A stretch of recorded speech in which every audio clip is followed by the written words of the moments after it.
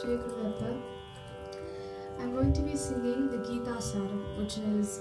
basically the essence of the Bhagavad Gita. So it's a sloka for a chapter of the Bhagavad Gita. And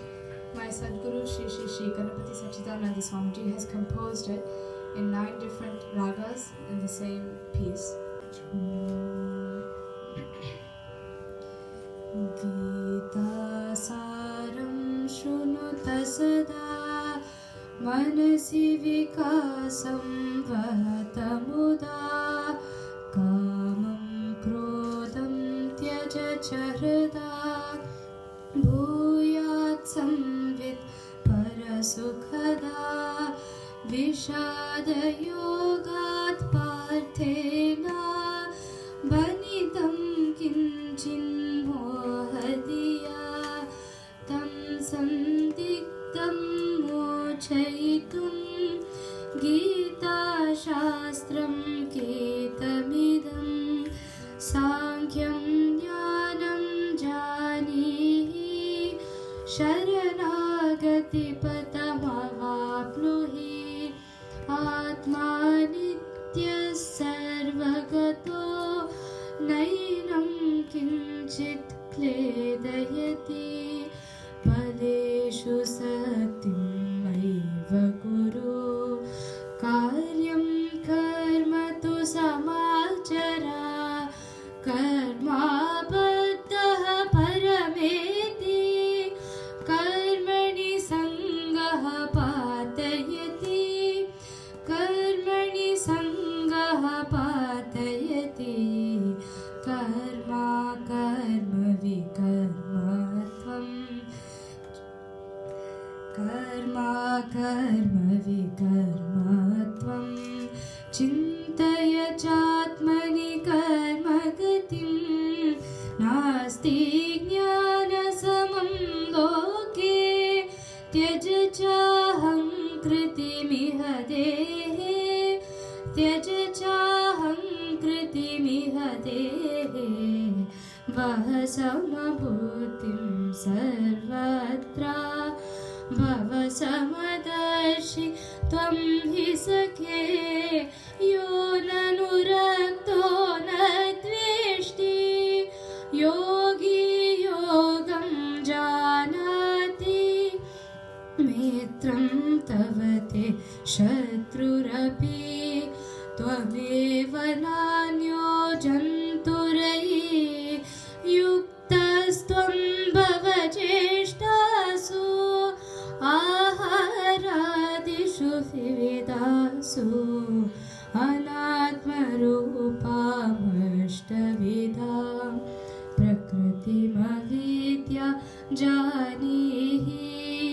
Jivasaiva hi paramatma Yasmin protam sarvamidam Akshara paravara purusham tam Dhyayan preto yati param Gatastameva dhyayantam Kalam yapayanashyantam Sarvam brahmarpana bodhya Karma kriyatam samabodhya Bhaktya dattam patramapi Phalamapi tena svikriyate Yatra vibhuti shri yukta Yatra vibhuti sattvayuta Tatra tamisham pashyantam Nirshadveshau sajjete Kalastasya mahan rupo